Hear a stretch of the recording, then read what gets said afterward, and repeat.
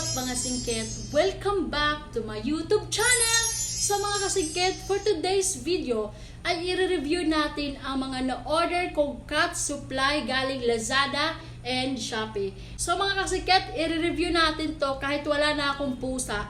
Kasi yung pusa ko mga kasingkit namatay noong August 28. Namatay siya dahil pinakain siya ng jowa ko ng shrimp na hindi naman namin alam kung yung pusa ay bawal sa shrimp. Kasi baby pa lang yun. Itong cat supply na in-order ko mga kasikit. Example, ngayon mga kasikit, namatay na yung pusa ko. Pero bukas, dumating na yung mga in-order ko para sa kanya. Hindi niya man lang inantay yung mga in-order ko para sa kanya. So mga kasikit, samahan niyo ako mag-review nito. Kung interesado ka, keep on watching!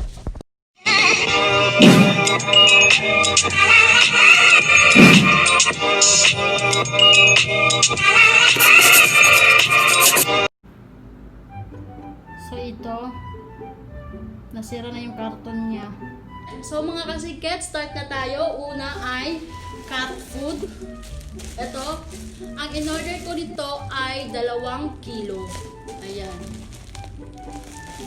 Ang pangalan nito is Cuties Cat Food. Ito siya. Tuna flavor. 2 kilo ang in-order ko mga kasikit. Ayan. Sayang kung buhay pa naman ang pusa ko. Siguro busog na siya dito. 2 kilo ito. Cuties Cat Tuna flavor. For 1 to 12 months. Then next is cat feeding bowl. Ayan. Ayan siya, cat feeding bowl. Cute. And next is cat or dog necklace. Ayan. Same nito. Ganyan siya. Pwede siya sa dog and cat. Ito.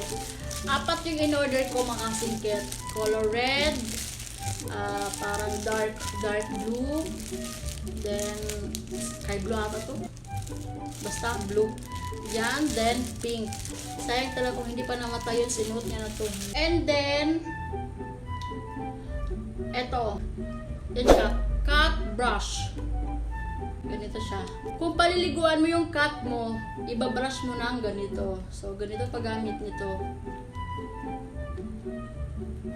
Wait.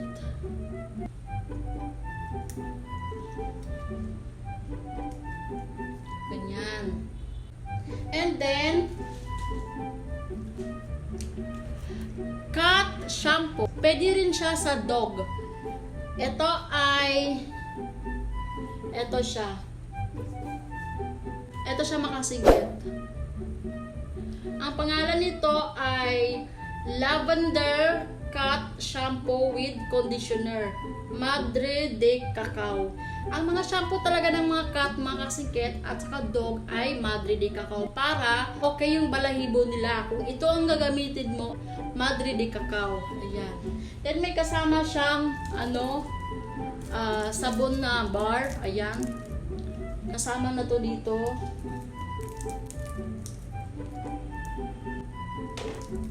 And then, cat litter box. Ayan. So, ito siya. Dito dumudumi ang mga pusa or aso dito. Ayan siya. So, may siya, may kutsara. Kung tapos nang tumayo yung pusa mo, pwede mo na rin siyang ganun. Tanggalin mo. Ganyan. Pero dapat may sand dito. May lagyan mo siya ng lupa. Yan. Para yung pusa mo, hindi siya dumudumi kahit saan. Dito na siya pupunta. Kumbaga, ito na yung CR niya. And then next is,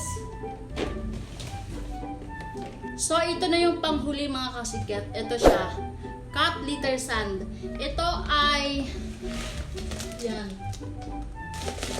Bigat. 10 kilo ito mga kasingkit. Ayan siya. Ito ay, ang loob nito mga kasingkit ay lupa.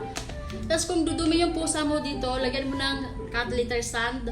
Hindi na mababaho yung dumi ng pusa mo. Kung tapos na yung pusa mong dumudumi, ganunin mo lang siya. Ayan. Ang flavor nito is apple. Premium cut litter sand. Apple yung flavor nito. Pag dumudumi yung pusa mo, ito yung lupa na gagamitin mo para hindi babaho yung dumi ng pusa mo. So mga kasingket, kung hindi lang namatay yung pusa ko, siguro nagamit niya na to. So mga kasingket, meron pang isa, yung ginawa kong bed niya, ito. Yan ang ginawa ko, bed niya. Lagayan to ng mga sapatos mga kasingket, ginawa ko na lang ng bed niya. O-order sana ako, pero mga maliliit.